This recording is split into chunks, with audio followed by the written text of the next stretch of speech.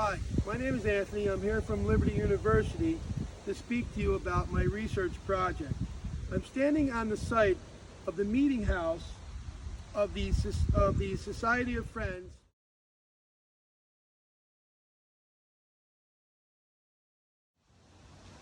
Examining the role of the Quakers in the abolitionist movement from 1760 to 1780 in Dutchess County, New York is the focus of my study. Evidence shows that a vibrant Quaker community existed in Dutchess County that was directly associated with the movement of fugitive slaves from New York City.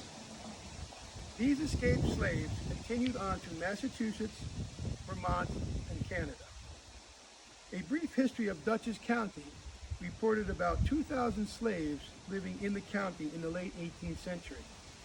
In some areas of the county, 1/3 of the population was enslaved. One of these communities was the hamlet of Mechanic, which is now present-day Millbrook, New York. Members of the Society of Friends, or Quakers, settled this area on the Nine Partners Patent in 1740. Within that community existed this Quaker meeting house, which you see here. In present-day circles, it is known as, quote, the old brick, unquote. The meeting house would have been the center of the community.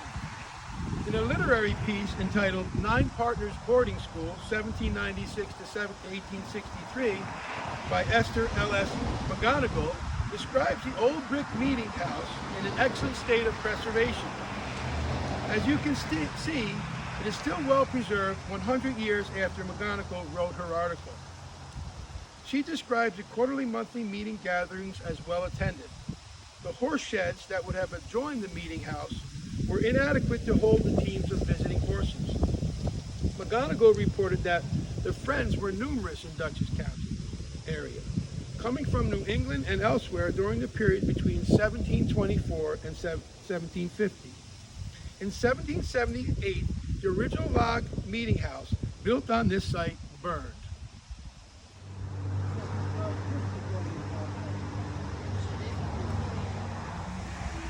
On this site in 1780, the brick structure observed here was built.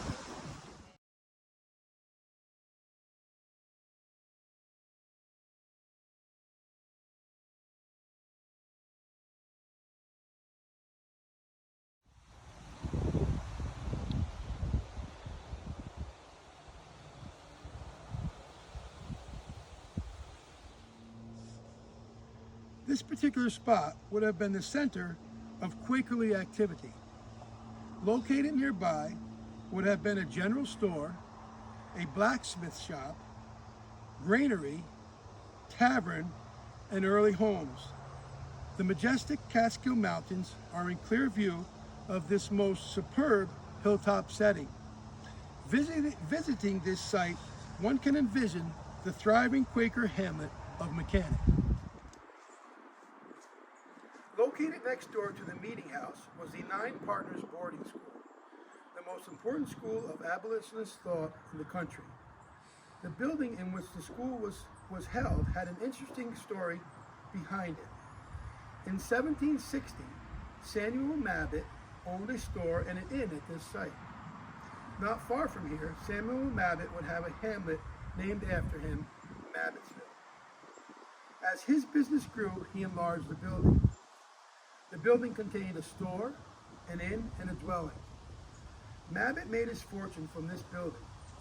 In addition to selling the building in 1795 to the Society of Friends for 1,600 English pounds, he owned the only store for miles around. The interesting part of this story is that Mabbitt was said to be a Tory.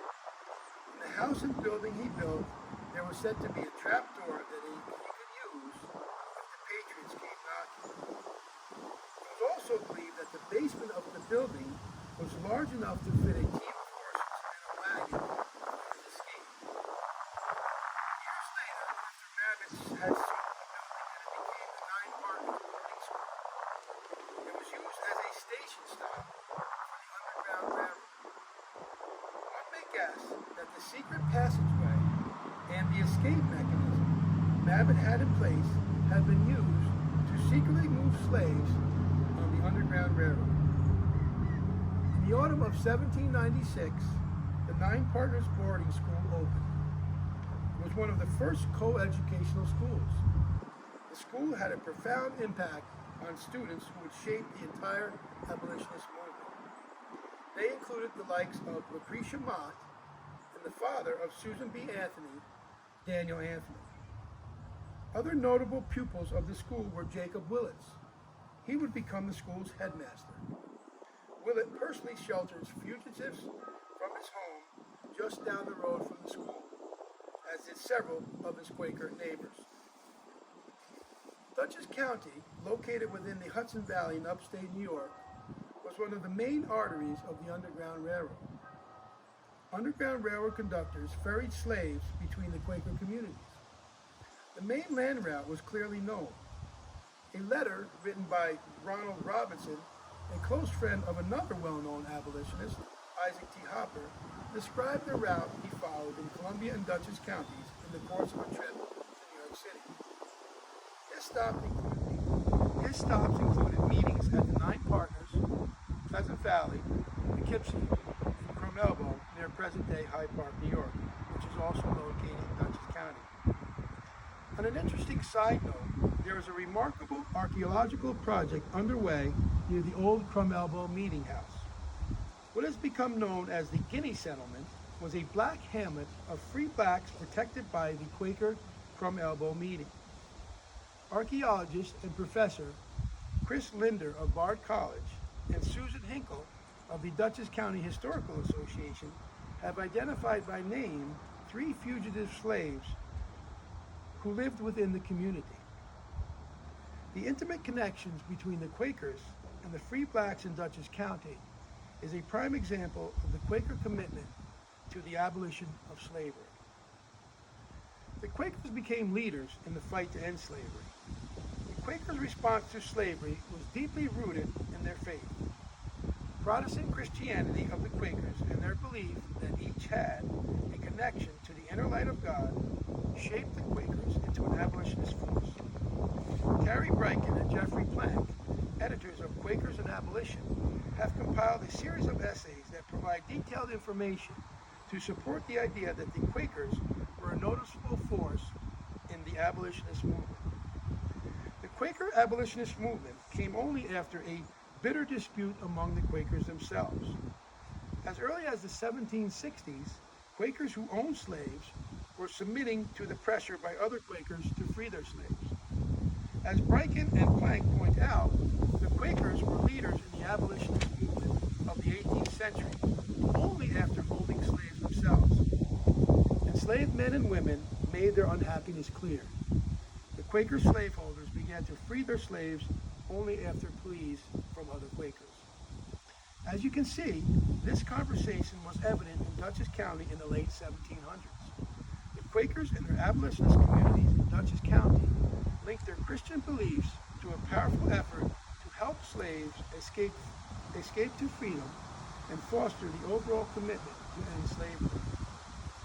I would like to close with a brief history of the Nine Partners Boarding School. In 1828, a quarterly meeting was held at Nine Partners. A small group arose and formed the Orthodox branch of the Nine Partners. Given to the Orthodox Friends, or so-called Hicksites, retained the meeting house and the cemetery. The Hicksites, named after Elias Hicks, 1748 to 1830, a liberal Friends minister and a leader in the fight to abolish slavery, built a frame meeting house between the school and the brick building. It remained there until 1882, when it was removed and moved to the nearby village of Milgate. This brick house continued to belong to the Hicksite Friends until 1897, when it was turned over together with the cemetery to the Nine Partners Burial Ground Association. In 1863, the Nine Partners Boarding School ceased to exist. The building was closed, and the endowment fund was turned over to the Friends Academy at Union Springs, which is located 20 miles east of here in the town of Poughkeepsie, New York. In 1876, the Academy of Union Springs became the Oakwood Seminary. The Oakwood School, as it is presently known, sits atop a hill overlooking the Hudson River and the Catskill Mountains. To this day, Oakwood Friends School is guided by Quaker principles that educates and strengthens young people to live lives of conscious compassion and accomplishments. The same principles that guided these early Quaker communities of Dutchess County to become the beacons of hope in the fight against slavery. Thank you.